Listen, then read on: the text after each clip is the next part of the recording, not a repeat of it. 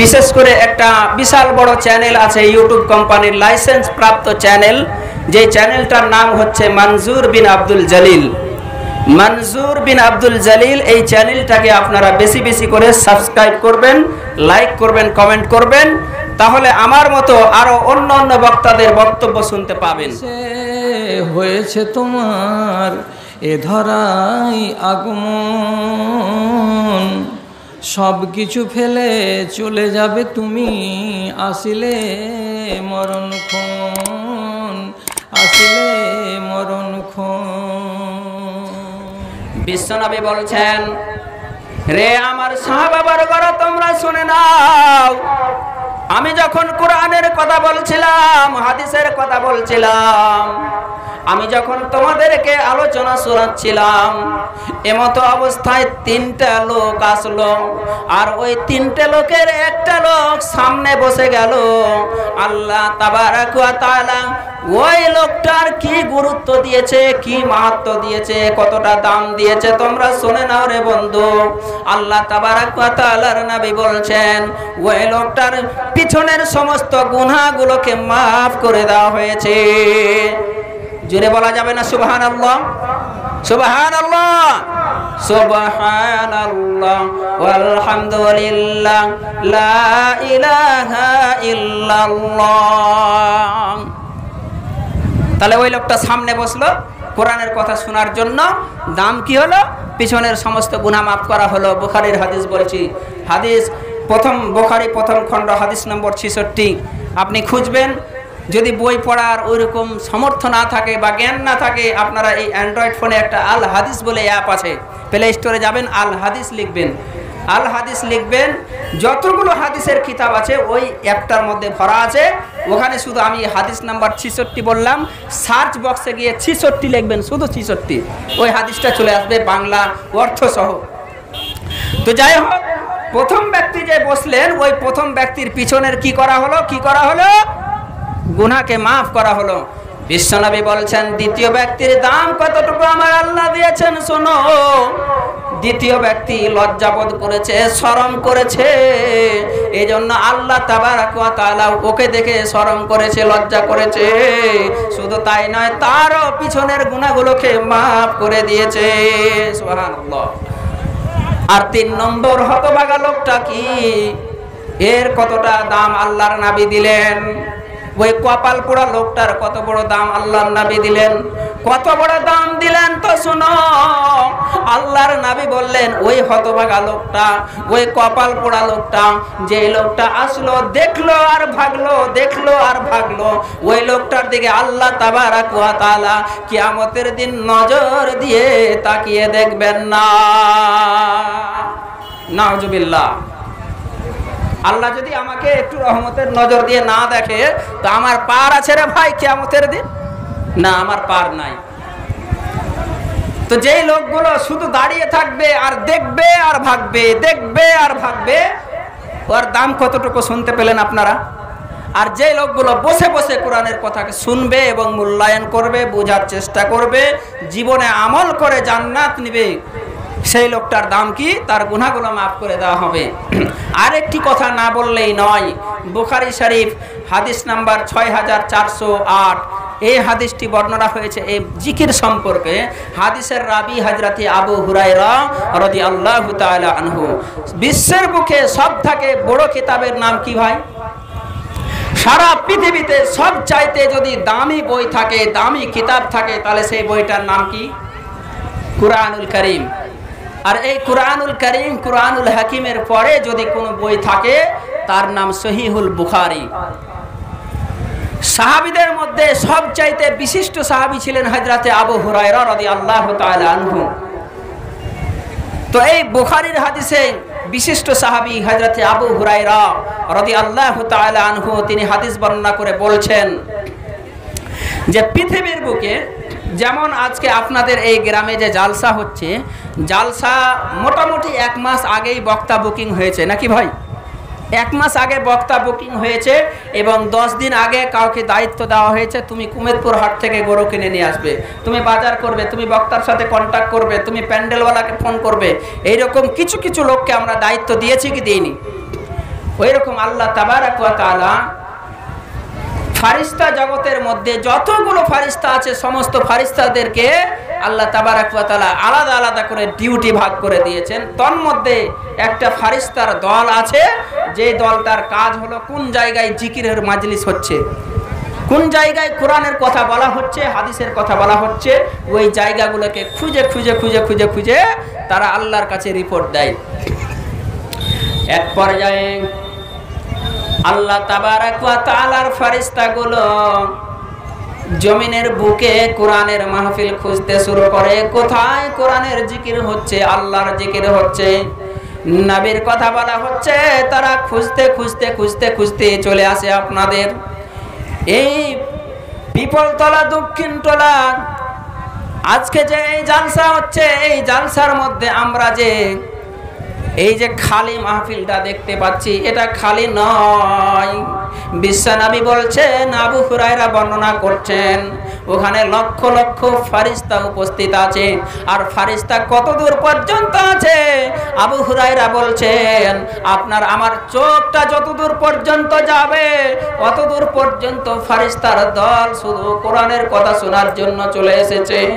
আর তারা বসে আছে, শুধু বসে নাই, যারা কোরআনের উপরে ঈমান রেখেছে, আল্লাহকে ভালোবেসেছে, আল্লাহর উপরে ঈমান রেখে, নবীর উপরে ঈমান রেখে যারা কোরআন শুনছে, কোরআনের আলোচনা শুনছে, তাদের উপরে তাদের পাখাগুলোকে বিছিয়ে দেয়।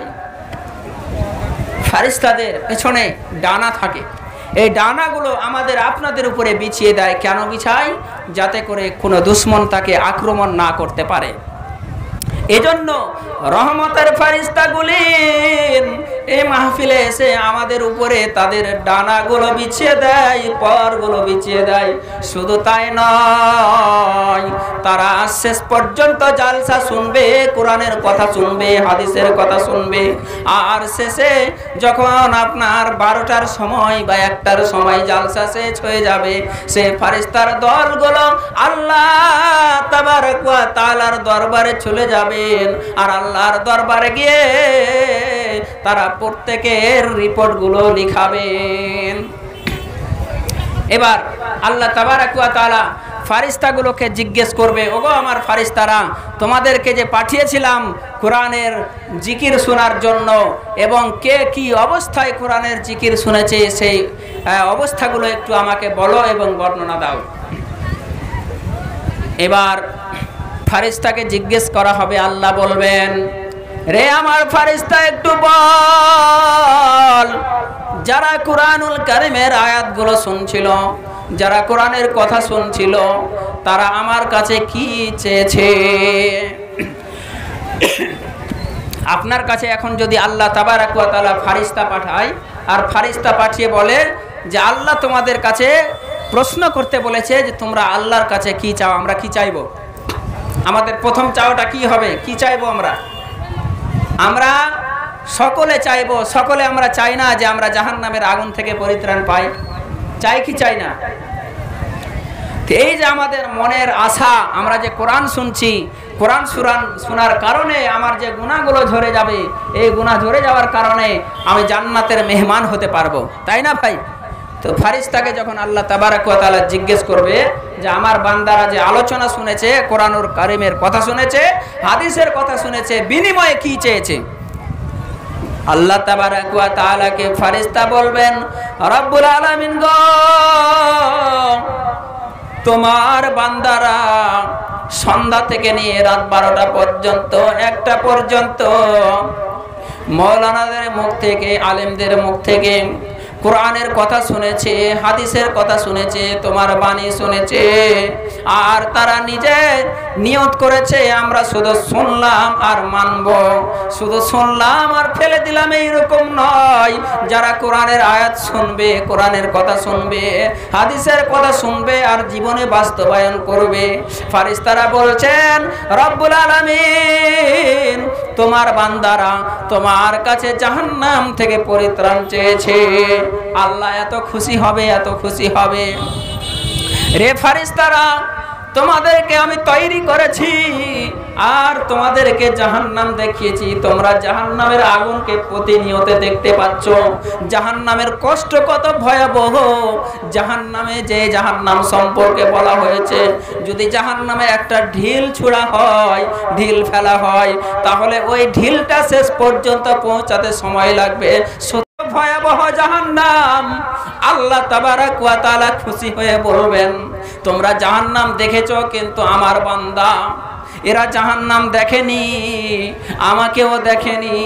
তারা শুধু আমার কিতাবের মাধ্যমে শুনেছে, নবীর মাধ্যমে শুনেছে, আর শোনার পরে এতটা বিশ্বাস রেখেছে, জাহান্নামকে ভয় করেছে, আল্লাহ আমার উপরে ঈমান রেখেছে, আমি আল্লাহকে আল্লাহ বলে মেনে নিয়েছে, ওয়াহদাহু লা শারীক বলে মেনে নিয়েছে।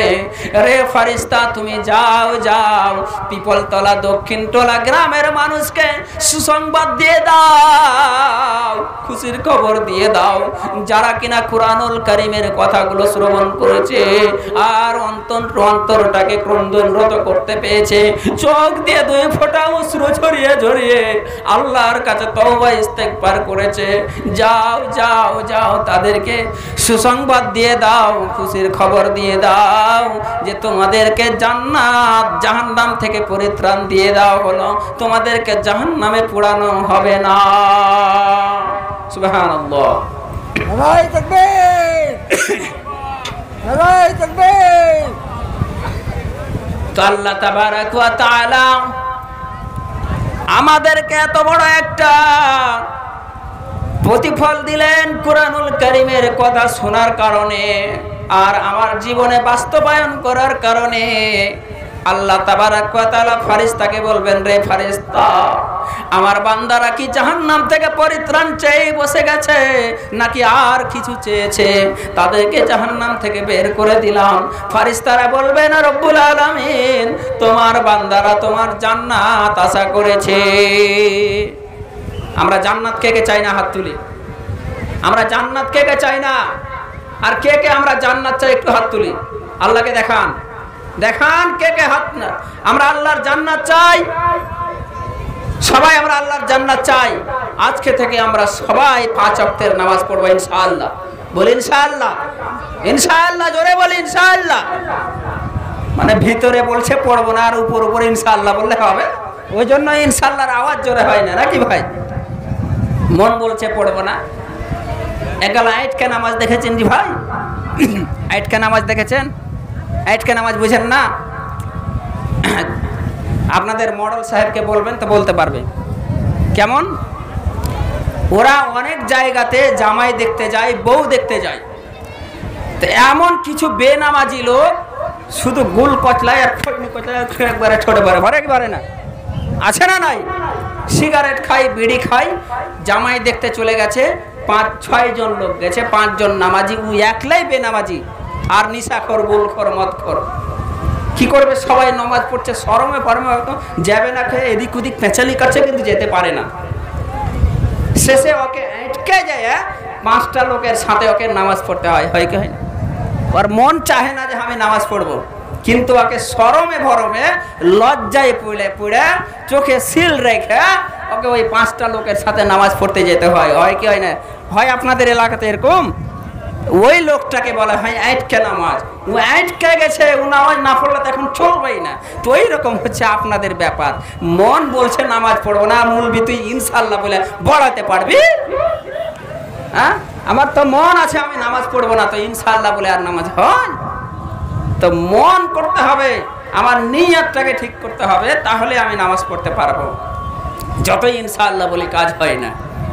তো বন্ধুরে আমার, ফেরেশতা যখন বলবে রব্বুল আলামিন তোমার বান্দারা তোমার কাছে জান্নাত আশা করেছে, আল্লাহ এত খুশি হবে, এত খুশি হবে, বলার কথা নয়। আবু হুরায়রা বলছেন, যেই লোকগুলো জান্নাত দেখতে পেল না, জান্নাতে কিরকম সুখ আছে, শান্তি আছে, জাহান্নামে কেমন ভয়াবহ আযাব আছে, এগুলো তারা দেখতে পেল না। না দেখে আমি আল্লাহর উপরে ঈমান নিয়ে এসেছে, আর আমার কথাগুলো মেনে নিয়েছে। আর তোমরা ফারিস্তারা প্রতিদিন প্রতিনিয়ত জান্নাত জাহান্নামকে দেখতে পাচ্ছ, খুশি উপভোগ করছো, শান্তি উপভোগ করছো। তোমরা শুনে নাও, তোমরা দেখে তোমরা তার তৃপ্তিটা বুঝতে পারছো, কিন্তু তারা দেখেনি, শুধু শুনেই তারা তৃপ্তি লাভ করছে।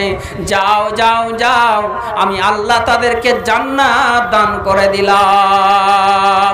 সুবহানাল্লাহ, সুবহানাল্লাহ ওয়ালহামদুলিল্লাহ, লা ইলাহা ইল্লাল্লাহ। আজকে আমরা আল্লাহর জিকিরটুকু করতে পারছি না, কি করে জান্নাত লাভ করব? অথচ আমার আল্লাহ জান্নাত দেওয়ার জন্য তৈরি আছেন। যে লোকটা ভুল করে, যে লোকটা গুনাহ করে, আর গুনাহ করার পরে আল্লাহর কাছে আত্মসমর্পণ করে চোখ দিয়ে অশ্রু বে বে বে বে ক্রন্দনরত হয়ে আল্লাহকে বলে, আল্লাহ তুমি আমাকে ক্ষমা করে দাও, আল্লাহ ওই লোকটার উপরে খুশি হয় বেশি করে। আর এমন খুশি হয়, আল্লাহ তাবারাক ওয়া তাআলা বলেছেন, ফায়ুবাদদিলুল্লাহু সাইয়্যাতিহিম হাসানা, তার সমস্ত গুনাহগুলো আমি নেকিতে পরিবর্তন করে দিই। সুবহানাল্লাহ।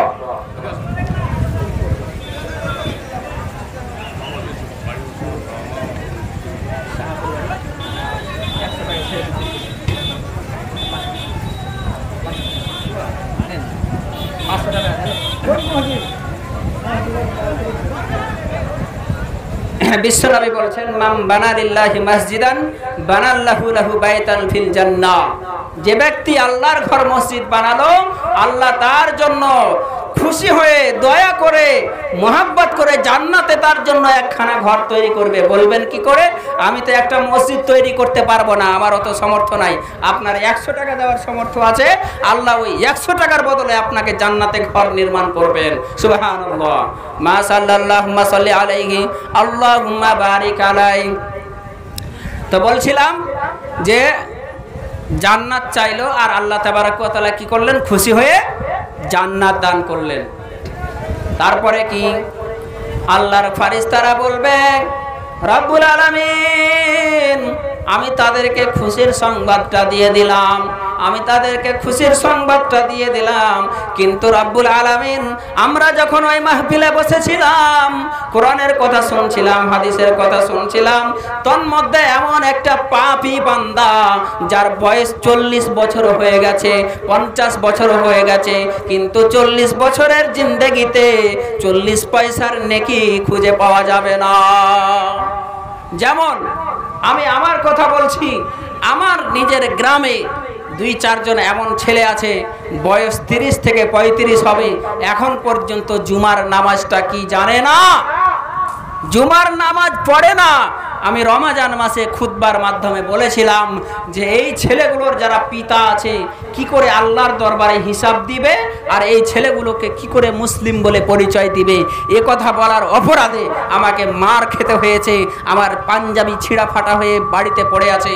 তো আমার একজন উস্তাদ, আপনারা শুনবেন, আব্দুর রাকিব আল মাদানি, কিষানগঞ্জ মাহাদে, উনি বর্তমানে মুসলিম পড়াচ্ছেন। তো উনি বলতেন যে যখন দাওয়াতি কাজ করতে যে মার খাবে, তখনই বুঝে নিবে যে তোমার দাওয়াতে কাজ হয়েছে, তোমার কথায় কাজ হয়েছে, তোমার কথায় পাওয়ার আছে। যাই হোক, আমি আল্লাহ তাবারাক ওয়া তাআলাকে আত্মসমর্পণ করে দিয়েছি। এ আল্লাহ, আমি যে আজকে এই কোরআনের কথা বলার কারণে মার খেলাম, পাঞ্জাবি আমার ছিঁড়ে ফাড়া ফাড়া হয়ে গেল, হে আল্লাহ তুমি এর জন্য এদেরকে সঠিক বুঝ দান করিও, এদেরকে সঠিক বুঝ দান করো, না হয় তাদেরকে হালাক করে দাও, ধ্বংস করে দাও। আমি দুটো দিকেই বলেছি, ভালো দিক আর খারাপ দিকটা। তো যাই হোক, আল্লাহর ফারিস্তারা বলছেন ওই মাহফিলের মধ্যে এমন একটা লোক আছে যে লোকটার জীবনে 40 বছর বয়স হয়েছে, কিন্তু 40 পয়সার নেকি খুঁজে পাওয়া যাবে না। ওই লোকটাও কি করলো, মোটর সাইকেল নিয়ে চালিয়ে যাচ্ছিল, রাস্তার ধারে দেখতে পেল মাজলিস, এখানে কোরআনের মাজলিস করা হয়েছে। সে ব্যক্তি গাড়িটাকে খাড়ো করে ইমানের সাথে, বিশ্বাসের সাথে বসে গিয়ে কোরআনের আলোচনা শুনতে লাগলো। আল্লাহ, ওই লোকটার কি হবে? আল্লাহ বলছেন 40 বছরের জিন্দেগিতে 40 পয়সার নেকি করেনি, 40 পয়সার ভালো কাজ করেনি, কিন্তু সেদিন যদি সেই লোকটা সত্যি সত্যি ঈমানের সাথে কোরআনের কথা শুনেছে, নিজের জীবনকে পাল্টাবো বলে কোরআনের আলোচনা শুনেছে, হাদিসের আলোচনা শুনেছে, তো আমি আল্লাহ বলে দিচ্ছি ওই লোকটাকে আমি মাফ করে দিলাম, ক্ষমা করে দিলাম। ওই লোকটার 40 বছরের জিন্দেগিতে যতগুলো গুনাহ হয়েছে সমস্ত গুনাহ আমি মাফ করে দিলাম। শুধু তাই নয়, ফাউলাইকা ইউবাদদিলুল্লাহু সাইয়্যাতিহিম হাসানা, তার পিছনে যত গুনাহগুলো ছিল সমস্ত গুনাহগুলোকে নেকিতে পরিবর্তন করে দিলাম। সুবহানাল্লাহ।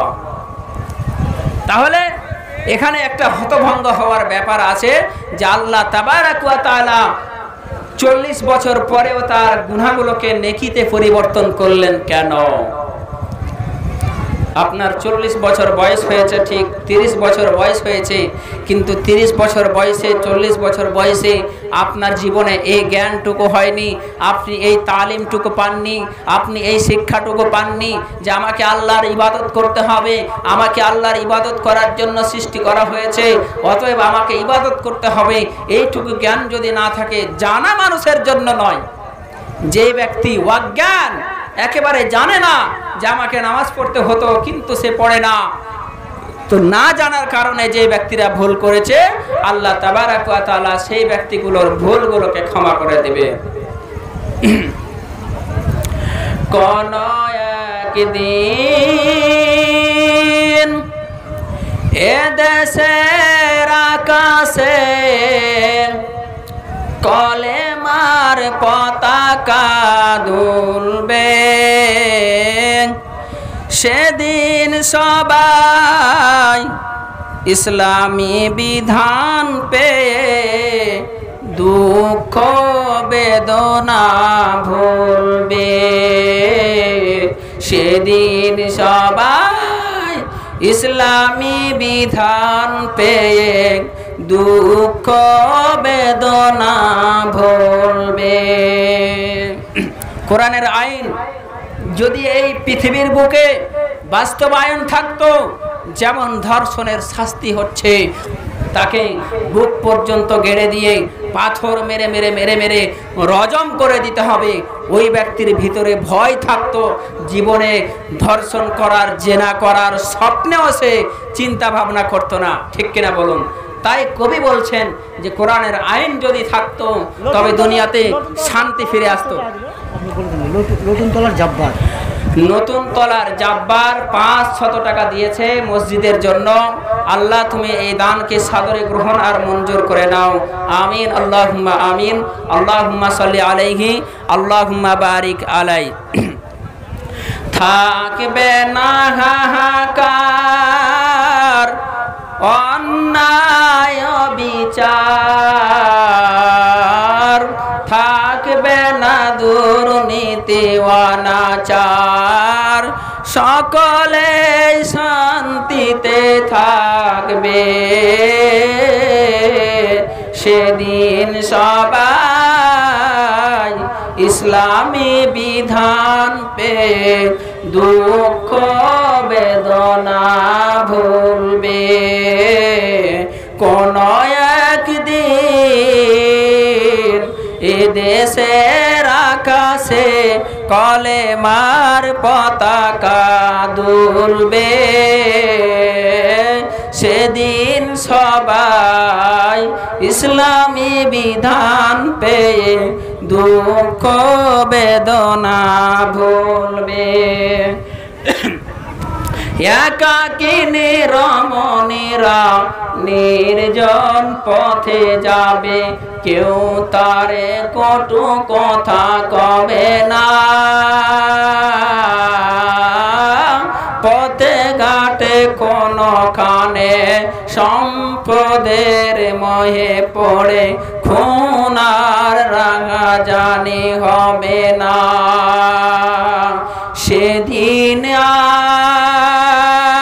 আর নেই বেশি দূরে,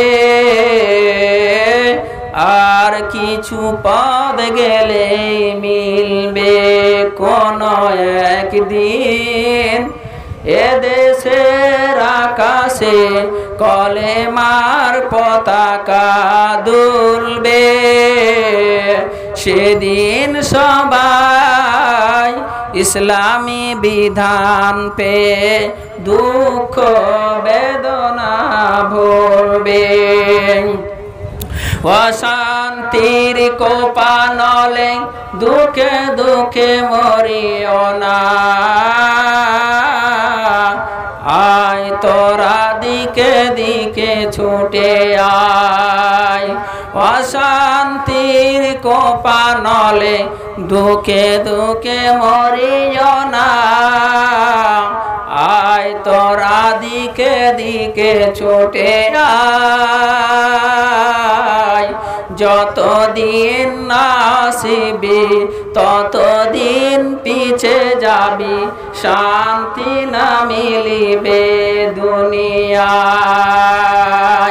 আল্লাহর বিধান ছাড়া এ কোরআন কারীম ছাড়া অন্য কোথাও শান্তি না মিলিবে, সেদিন সবাই ইসলামী বিধান পেয়ে দুঃখ বেদনা ভুলবে। কোন একদিন এ দেশের আকাশে কলেমার পতাকা দুলবে, সেদিন সবাই ইসলামী বিধান পেয়ে দুঃখ বেদনা ভুলবে। অথচ আজকে আমরা এই কোরআনকে, আল্লাহর বিধানকে মানতে রাজি নয়। আজকে আমরা এই কোরআনকে মোহাব্বত করতে পারি না। আমরা এই যে একটু আগে শুনলাম আল্লাহ তাবারক ওয়া তাআলা বললেন, কোরআনুল কারীমের আয়াত শোনার পরে পরে তাদের অন্তরটা কম্পনরত হয়ে যাবে। শুধু তাই নয়, এই কোরআনকে যারা ভালোবাসবে, এই কোরআনকে যারা মোহাব্বত করবে, এই কোরআনের উপরে যারা মায়া রাখবে, যারা সকাল সন্ধ্যা কোরআন তেলাওয়াত করবে, কোরআন পড়তে সাহায্য করবে, পড়তে পারে না, সে একটা কোরআন কিনে দিয়ে একজন তলবে ইলমকে দান করবে, তলবে ইলম পড়বে, দানকারী নেকি পাবে। তলবে ইলমের নেকি থেকে কোনো একটুকু ঘটাও হবে না, কমবে না। যে পড়বে সমান নেকি পাবে, পড়ে যতটুকু নেকি পেত ঠিক ততটুকু নেকি ওই ব্যক্তিটি পাবে যে ব্যক্তিটি একটা কোরআনুল কারীমকে কিনে পড়তে দিয়েছে, কোরআনকে ভালোবেসেছে। শুধু তাই নয়, হাসরের মাঠে, বিচারের মাঠে যেদিন কোনো নবী আল্লাহর কাছে সুপারিশ করার সাহস পাবে না, আল্লাহর কাছে কিয়ামতের বিচার চালু করার জন্য সাহস পাবে না, তখন এই কোরআন এবং প্রথমত বিশ্বনবী জনাবে মুহাম্মদুর রাসূলুল্লাহ সাল্লাল্লাহু আলাইহি ওয়াসাল্লাম সাজদায় পড়ে কাঁদবেন, রব্বুল আলামিন গো, ইয়া ইলাহাল আলামিন, আমার কমজোর উম্মত আর রোদের তাপ সহ্য করতে পারছে না। মাথার আধ হাত কিংবা 1.5 হাত উপরে সূর্যটা চলে আসবে।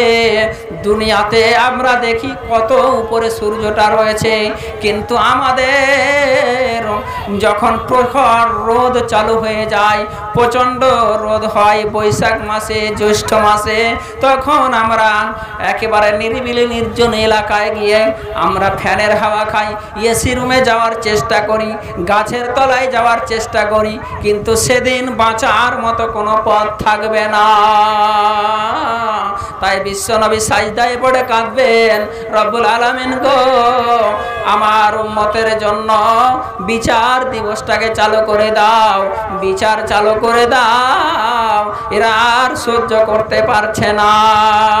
আল্লাহর নবীর মাথা তোলানো হবে এবং বিচার চালু করা হবে। দ্বিতীয়ত ফায়সালা হয়ে যাওয়ার পরে একজন ব্যক্তি জাহান্নামী ফায়সালা হয়ে গেছে, কিন্তু সে কোরআনকে ভালোবাসতো, আল্লাহর জিকির শুনেছিল, কোরআনের জিকির শুনেছিল, কোরআনের কথা শুনেছিল, যার জন্য বিশ্বনবী জনাবে মুহাম্মদুর রাসূলুল্লাহ সাল্লাল্লাহু আলাইহি ওয়াসাল্লাম বলছেন, সহিহ মুসলিম শরীফের হাদিস, এই হাদিসটি বুখারী শরীফে বর্ণিত হয়েছে। আল্লাযী ইয়াকরাউল কুরআন ফাইন্নাহু ইয়াতি ইয়াউমাল কিয়ামাতি শাফিয়াল লিআসহাবিহি। যে ব্যক্তি পৃথিবীতে কোরআনকে ভালোবেসেছে, কোরআনের উপরে মায়া মহব্বত রেখেছে, কোরআনের জিকির করেছে, আল্লাহর জিকির শুনেছে। আল্লাহর জিকির মানেই তো কোরআন। কোরআনে যে কথাগুলো আছে, কার কথা ভাই, কার কথা? কোরআনে যে কথাগুলো আছে স্বয়ং আল্লাহ তাবারক ওয়া তাআলার কথা। এটা এসেছেন নবী আলাইহিস সালাতু ওয়াস সালামের মাধ্যম দিয়ে। বিশেষ একজন নবী, বিশেষ একজন রাসূল, যে রাসূলের উম্মত হওয়ার জন্য অন্য অন্য নবীগণ মনে ইচ্ছা রেখেছিলেন, আর এই মনে ইচ্ছা রেখে তারা বিশ্বনবীর উম্মত হওয়ার চেষ্টা করেছিলেন। সেই বিশ্বনবীর জুবান দিয়ে এই কোরআনুল কারীম বিশ্বের বুকে আমাদেরকে উপহার দিয়ে গেছেন। এই কোরআনকে যারা পড়বে, এই কোরআনকে যারা ভালোবাসবে, এই কোরআনের যারা জিকির করবে, এই কোরআনের যারা জিকির ভালোবাসবে, আল্লাহ তাবারক ওয়া তাআলার নবী বলছেন ফাইন্নাহু ইয়াতি ইয়াউমাল কিয়ামাতি শাফিয়াল লিআসহাবিহি। এই কোরআন জাহান্নামে যাওয়া থেকে আল্লাহর কাছে সুপারিশ করবে, আল্লাহর কাছে সুপারিশ করবে, আপিল করবে। আল্লাহ, এই বান্দাটা পৃথিবীর বুকে কোরআন পড়েছিল, এই বান্দাটা কোরআনের জিকির করেছিল, এই বান্দাটা কোরআনুল কারীমের উপরে মহব্বত করেছিল, এই বান্দাটা কোরআনুল কারীম পড়তে পারেনি, পড়ার ইচ্ছা ছিল, কিন্তু সেই লোকটা পড়তে না পারার কারণে তোমার বান্দাকে একটা কোরআনকে কিনে দিয়েছিল। আল্লাহ, তুমি একে জাহান্নামে দিও না।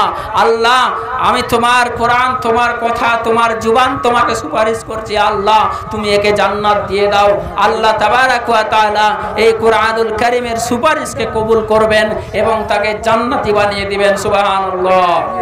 বলছেন না? একটি বিশেষ বিজ্ঞপ্তি, এই জালসায় কোনো এক ব্যক্তির একটি সাদা অ্যাপাচি গাড়ি গণ্ডগোল হয়ে গেছে।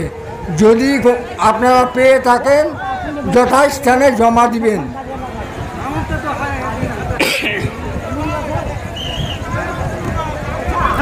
সময়ের কথা নতুন নতুন সময় কি আপনার চালান না? ঘন্টা হয়ে গেল।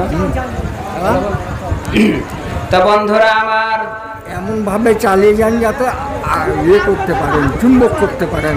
মানে বিষয়টা হচ্ছে আমাকে আধ ঘন্টা বলেছিল, ওই জন্য মানে সময় হিসেবে বক্তব্য সেটিং করতে হবে। এখানে এসে শুনলাম 1 ঘন্টা, ঠিক আছে, তখন মানে বক্তব্যটা একটু আলাদা টাইপের হয়ে যায়। ঠিক আছে,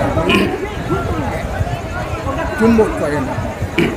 তো বন্ধুরা আমার, আপনারা তো শুনলেন, এই কোরআনুল কারীমের মাহফিলে এসে উপস্থিত হলে আমরা যদি ঈমান রেখে আল্লাহর উপরে বিশ্বাস স্থাপন করে কোরআন অনুযায়ী জীবন গড়ব বলে ভেবে থাকি, তবে আল্লাহ তাবারক ওয়া তাআলার এই কোরআনুল কারীমের মাহফিলে এসে উপস্থিত হয়ে যান। গ্রামবাসীরা, আপনারা বাড়িতে বসে না থেকে, চায়ের দোকানে আড্ডা না মেরে, আমাদের বন্ধুবর মাওলানা মনিরউদ্দিন আশ্চর্য প্রতিবন্ধী আপনাদের এলাকারই মানুষ, তো উনি আমার পরে আসবেন। অতএব আপনারা প্রথম থেকে একটু জায়গাটাকে গোছে নেন, আপনার নিজ নিজ স্থানটাকে নিয়ে নেন। আল্লাহ তাবারক ওয়া তাআলার এই কোরআনুল কারীমের মাহফিলে এসে বসেন। দোকানে বাজারে অনেক ঘুরেছি আমরা, চা অনেক খেয়েছি, জিলাপি অনেক খেয়েছি আমরা, আর আজকে জিলাপি খাবো না, আজকে আমরা চা খাবো না, আজকে আমরা বন্ধু বান্ধবের সাথে গল্প গুজবে আড্ডায় মাতবো না, আজকে আমরা চট করে একটু আল্লাহ এবং রাসূলের যে কথাগুলো, রাসূলের যে বাণীগুলো আছে সেগুলো বর্ণনা হচ্ছে, সেগুলো শোনার জন্য একটু অগ্রসর হয়ে আসি। আসুন ভাইরা আমার, এত বড় একটা দামি মাহফিল আমরা কালকে পাবো না, কালকে পাবো, এই সময়টা আমরা পাবো না। অতএব সময় থাকতে দাম দেওয়ার চেষ্টা করেন, সময় থাকতে সময়কে কাজে লাগান। আসুন ভাইরা আমার, যে কোরআনুল কারীম হাসরের মাঠে, বিচারের মাঠে কাঠগড়ায় দাঁড়িয়ে আপনার জন্য সুপারিশ করবে, কিন্তু সেদিন আপনার মা আপনার জন্য সুপারিশ করবে না, আপনার ভাই আপনার জন্য সুপারিশ করবে না। এ সম্পর্কে আল্লাহ তাবারক ওয়া তাআলা বলছেন ইয়াউমা ইয়াফিরুল মারউ মিন আখিহি। এখানে প্রথমে আল্লাহ তাবারাক ওয়া তাআলা ভাইয়ের কথাকে জিকির করলেন যে হাসরের মাঠে ভাই কোনো কাজে আসবে না। যেমন পৃথিবীর জমিনে একজন লোক যদি মারপিট করে নেয়, মারামারি করে নেয়, আর বাড়ি এসে বলে ভাই গো আমাকে সর্দারের ছেলে মেরেছে, মরলের ছেলে মেরেছে, ভাই দেখো আমার জামাটা ছিঁড়ে দিয়েছে, ভাই হঠাৎ করে তার মাথাটাকে গরম করে যাই চল দেখি কোন ছেলে তোকে মেরেছে, ওর কলার ধরে আজকে সবাক শিখিয়ে দেব। ভাইকে ভালোবাসতে গিয়ে, ভাইকে মহব্বত করতে গিয়ে ভাইয়ের জন্য মার পর্যন্ত খেতে রাজি হয়, ভাইয়ের জন্য জেল পর্যন্ত খেটে নেয়, ভাইয়ের জন্য 50,000 টাকা জরিমানা পর্যন্ত দিয়ে দেয়। সেদিন কিন্তু আমি আপনি একটা নেকির জন্য ছুটাছুটি করব, কিন্তু সেদিন আমি আপনি একটা নেকি পাবো না। আল্লাহ তাবারাক ওয়া তাআলা আপনাকে আমাকে যখন জাহান্নামে যাওয়ার কঠিন ফয়সালা দিয়ে দিবেন, আমি একটু চেষ্টা করব আল্লাহ, যেমন দুনিয়াতে আমরা মাধ্যমিক পরীক্ষা দেই, উচ্চ মাধ্যমিক পরীক্ষা দেই, এইচএস পরীক্ষা দেই, বিএ পরীক্ষা দেই, এবার মাধ্যমিক পরীক্ষা দেওয়ার পরে একটা সাবজেক্টে আমার ব্যাক চলে আসে, সামনে বছর আবার আমাকে পরীক্ষা দেওয়ার সুযোগ দেওয়া হয় যে সেই পরীক্ষাটা ভালো করে দিয়ে সে যেন আবার উত্তীর্ণ হয়ে উচ্চ মাধ্যমিকে ভর্তি হবে। কিন্তু আমার আল্লাহ যখন আপনাকে জাহান্নামে ফয়সালা দিয়ে দেবেন, আপনি একটা সুবর্ণ সুযোগ চাইবেন, আল্লাহ দুনিয়াতে আমার মা ছিল, দুনিয়াতে ভাই ছিল, দুনিয়াতে বাবা ছিল, দুনিয়াতে স্ত্রী পুত্র ছিল, দুনিয়াতে আত্মীয় স্বজন ছিল, আল্লাহ অতএব তুমি আমাকে মুহূর্ত সময় দাও, কিছু মুহূর্ত সময় দাও, ওই সময়টাই আমি আমার ভাইয়ের কাছে যাব, আমি আমার মায়ের কাছে যাব, আমি আমার আব্বার কাছে যাব, আমি আমার পরিবারের কাছে যাব, আমি আমার আত্মীয় স্বজনের কাছে যাব। আল্লাহ তুমি আমাকে সময় দাও। আল্লাহ তখন আপনাকে সময় দেবে। আপনি প্রথমে আপনার ভাইয়ের কাছে যাবেন, ভাই ভাই গো একটু দয়া করো, একটু রহম করো, দুনিয়াতে আমাকে ভালোবেসে একটা মোবাইল কিনে দিয়েছিলে, দুনিয়াতে ভালোবেসে আমাকে একটা বাইক কিনে দিয়েছিলে, দুনিয়াতে ভালোবেসে আমাকে একটা জামা কিনে দিয়েছিলে, ভাই দয়া করে আমাকে আপনি আজকে হাসরের মাঠে একখানা নেকি দাও। কোরআন বলছে ইয়াউমা ইয়াফিরুল বারু মিন আখিহি, ওই ভাই আপনার কাজে আসবে না, ভাই বলবে যা যা আমার পৃথিবীতে কোনো ভাই ছিল না, আমি পৃথিবীতে গমন করিনি, আমার পৃথিবীতে ভাই বলে কোনো জিনিস ছিল না। ভাই যখন আপনাকে দূর দূর করে তাড়িয়ে দেবে, ভাই যখন পরিচয় দেবে না, তখন আপনার খেয়াল হয়ে যাবে আপনার মাকে বলে, যে মা আপনাকে 10 মাস পেটে ধরেছেন, পেটে ধরে কত রকম কষ্ট সহ্য করেছেন। শুধু তাই নয়, আজকে যে মায়েরা বাচ্চা প্রসব করছেন, বাচ্চা প্রসব করতে গিয়ে কত যে কষ্ট সহ্য করতে হয়, কত বড় ব্যথার সম্মুখীন হতে হয়। উত্তর দিকের জানলাটা বন্ধ করে দাও, দক্ষিণ দিকের জানলা দিয়ে টিকিট দাও। কত বড় কষ্ট আমাদেরকে সহ্য করতে হয়। মায়েরা আমার এত বড় কষ্ট সহ্য করার পরে যখন চাঁদের মতো সন্তানটা দেখে, তখন সমস্ত ব্যথা ভুলে যায়। আবার জন্ম হওয়ার পরে 30 মাস তার সন্তানকে দুধ পান করায়, কত কষ্ট হয়, বিছানায় প্রসব করে দেয়, আর নিজে ভিজা জায়গায় শুয়ে গিয়ে সন্তানকে শুকনো জায়গায় শুইতে দেয়, নিজের সন্তানকে ক্রন্দন করতে দেয় না। যখন নিজের সন্তান ক্রন্দন করে, মা বলে আহারে কলিজার টুকরা আমার, সোনামণি আমার, চোখের মণি আমার, বলে আমার কলিজা রে, আহারে বাবা আমার, চুপ চুপ রে বাবা। বাবা কত রকম আদর করে মায়া করে নিজের সন্তানকে কান্না থামায়। বন্ধুরে আমার সেদিন মাকে বলবে, মা দুনিয়াতে আমার জন্য কত কষ্ট সহ্য করেছিলে মা। মা গো দুনিয়াতে যদি আমাকে কেউ মেরেছে মা, তুমি তাকে উল্টা প্রতিবাদ করেছো, মেরেছো, আমার কষ্ট দেখতে পারোনি মা। রাত্রি যখন আমি বিছানায় প্রসব করে দিতাম, আমাকে চট করে শুকনা জায়গায় শুইয়ে দিতে মা। মা যখন আমি খাওয়ার জন্য ক্রন্দন করতাম বিছানায় শুয়ে শুয়ে মা, মা তুমি কষ্ট করে তোমার মুখ থেকে আমাকে দুগ্ধ পান করিয়েছো মা। মা গো তুমি কত কষ্ট করেছো মা আমার জন্য। মা আজকে কিয়ামতের মাঠে মা আমাকে একটা নেকির জন্য জাহান্নামে বানিয়ে দেওয়া হয়েছে মা। মা গো তুমি আমাকে আজকে একটা নেকি দিয়ে দাও। মা বলবে, মা সেদিন বলবে, পানি আছে কি? মা সেদিন বলবে, না আমার কোনো ছেলে ছিল না, পৃথিবীতে আমার সন্তান ছিল না, আমি পৃথিবীতে গমন করি নাই, আমার কোনো সন্তান ছিল না, যা যা চলে যা। তোমার হয়তো চিনতে ভুল হচ্ছে, তুমি হয়তো ভুল করছো, আমাকে মা বলে ডাকছো, আমি কিন্তু তোমার মা না।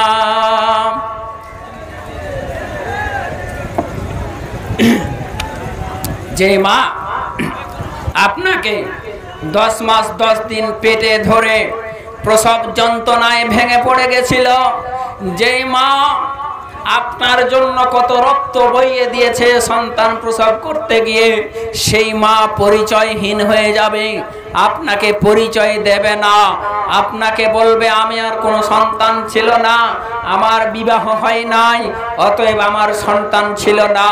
মা দুদ্দুর করে তাড়িয়ে দেবে। মা আপনাকে সেদিন পরিচয়হীন করে দেবে, তাড়িয়ে দেবে, নৈরাশ হয়ে যাবেন। মা যখন তাড়িয়ে দেবে আপনি তখন আবার মনে আশা করবেন, মা আমাকে তাড়িয়ে দিয়েছে কিন্তু পৃথিবীতে আমার বাবা আমাকে খুব মায়া করছিল, ভালোবাসছিল, ভাবিহি। তখন সে কি করবে? আব্বার কাছে যাবে। যে আব্বার কাছে যখন কিছু চাইতাম আব্বা আমাকে খুশি হয়ে দিয়ে দিত। আব্বার কাছে মাধ্যমিক পাস করার আগে আব্বা আমাকে বলল, বাবুরে যদি মাধ্যমিকে ফার্স্ট ক্লাস ফার্স্ট আনতে পারো তবে তোমাকে 20,000 টাকা দিয়ে একটা মোবাইল কিনে দিব। এমন সময় মাধ্যমিক পাস হয়ে গেছে, ফার্স্ট ক্লাস ফার্স্ট নাম্বার পেয়েছে, 20,000 টাকা দিয়ে একটা অ্যান্ড্রয়েড ফোন তার ছেলেকে কিনে দিয়েছে। টাকা গেল, কোনো দ্বিধাবোধ করে নেই। সেদিন সেই ছেলেটা সেই কথাটাকে স্মরণ করবে যে আমার বাবা আমাকে কতটুকু ভালোবেসেছিল, আমার বাবা আমাকে কতটুকু মহব্বত করেছিল। আজকে আমি আমার বাবার কাছে যাই, বাবার পাটাকে জড়িয়ে ধরবে, আব্বা। ভাইয়ের কাছে গেলাম, ভাই তাড়িয়ে দিয়েছে। মায়ের কাছে গেলাম, মা পরিচয় নিচ্ছে না, আব্বা। আব্বা তুমি অন্তত পক্ষে আমাকে তাড়িয়ে দিয়ে না আব্বা। আব্বা তুমি আমাকে একখানা নেকি দাও আব্বা। আব্বা তুমি যতক্ষণ পর্যন্ত একখানা নেকি না দেবে আমি তোমার কাছ থেকে যাব না। আব্বা আমার আপনাকে পরিচয়হীন হয়ে আপনাকে দূর করে তাড়িয়ে দেবে। আপনার পরিচয় সেদিন দেবে না, আপনাকে সন্তান বলে পরিচয় দেবে না, আপনাকে বাবা বলে পরিচয় দেবে না। আপনি নৈরাশ হয়ে চলে যাবেন।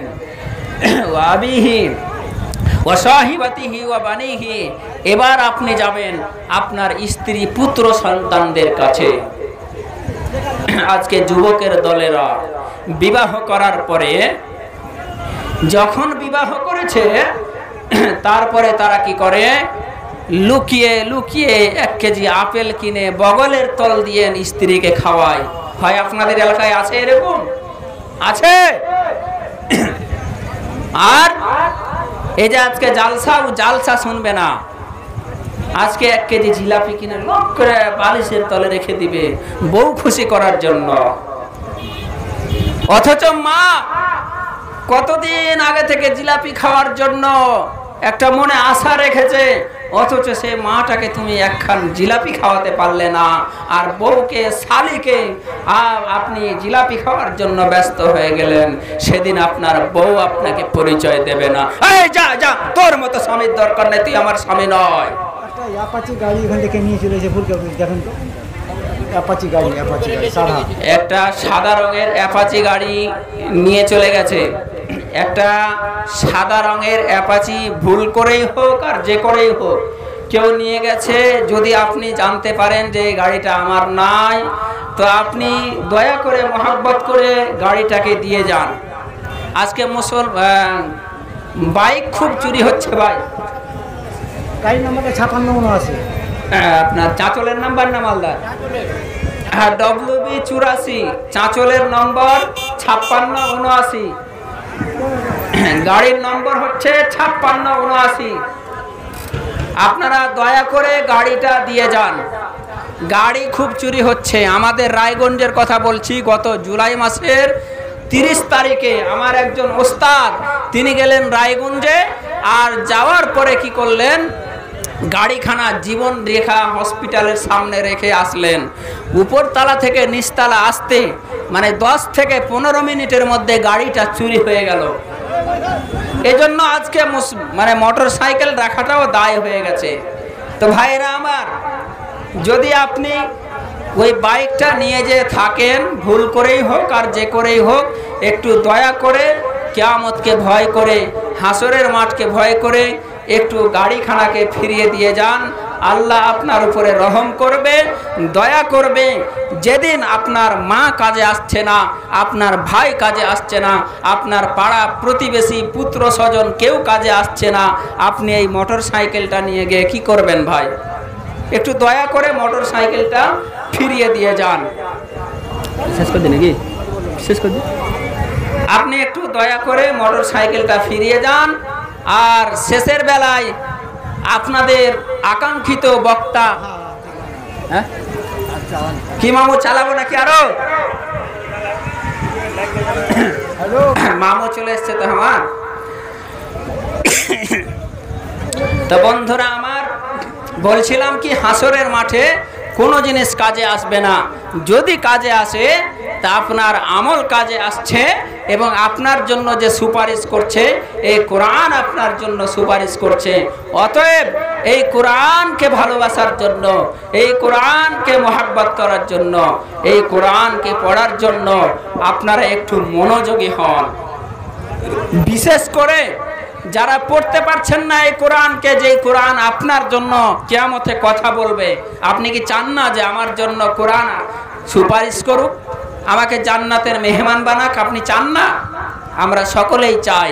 কিন্তু ভাই, আপনাকে কোরআন পড়তে হবে। আপনি বলছেন কোরআন পড়তে জানি না, জানি না বলে বসে আছেন, এই বললে তো চলবে না, বসে থাকলে হবে না। আপনাকে পড়তে হবে, এটা আপনার দায়িত্ব। আর আপনি পড়তেও জানেন না, আর জীবনে পড়ার চেষ্টাও করছেন না, তবে আপনি গুনাহগার হবেন। আপনাকে পড়তে হবে, আপনাকে পড়তে হবে, শিখতে হবে। আপনি জানি না বললে পার পাবেন না। আর আপনি জানেন না, আপনি যখন জানেন না, অজানার কারণে আপনি উচ্চারণ ভুল করছেন, আপনার ডবল নেকি হবে। আসুন ভাইরা আমার, একটু আমরা আল্লাহর জিকিরে ব্যস্ত হই, আল্লাহর জিকিরে আগ্রহী হই, আল্লাহর দিকে মনোযোগী হই, কোরআনকে ভালোবাসতে শিখি। আমরা একটু কোরআনের উপরে মহব্বত করতে শিখি, আল্লাহর জিকিরকে মহব্বত করতে শিখি, 5 ওয়াক্তের নামাজি হই। আসুন আমরা একটু জীবনটাকে পাল্টে দিই। আজকে আমরা যারা এসেছি আজকে এই মাহফিল শুনতে, আমরা সকলেই আজকে থেকে ফজরের নামাজ কেউ কাজা করব না। করব কি? ফজরের নামাজ কেউ কাজা করবেন না? কথা দেন, হাত তুলেন। আজকে থেকে ফজর থেকেই আমরা নামাজ ধরবো। হাত তুলেন, একটু হাত তুলেন। আমরা ফজর থেকেই নামাজ ধরবো। মন চাহে না নামাজ পড়তে রে ভাই। এখন বাড়ি যাবেন কিনা তার গ্যারেন্টি নাই, মত চলে আসতে পারে। তারপরে আমার মিছামিছিও মনটা বলছে না যে আমি ফজর থেকে নামাজ ধরবো, হাত উঠাতে পারছি না। হে আল্লাহ, তুমি আমাদের সারা পৃথিবীবাসীকে 5 ওয়াক্তের নামাজের নামাজি বানিয়ে দাও। আল্লাহ তোমার কোরআনকে ভালোবাসার শক্তি তুমি দাও। হে আল্লাহ তুমি তোমার কোরআন এবং হাদিসের বাণীগুলোকে শ্রবণ করে জীবনে আমল করার তৌফিক দান করো। আমিন, আল্লাহুম্মা আমিন। আসসালামু আলাইকুম ওয়া রাহমাতুল্লাহ।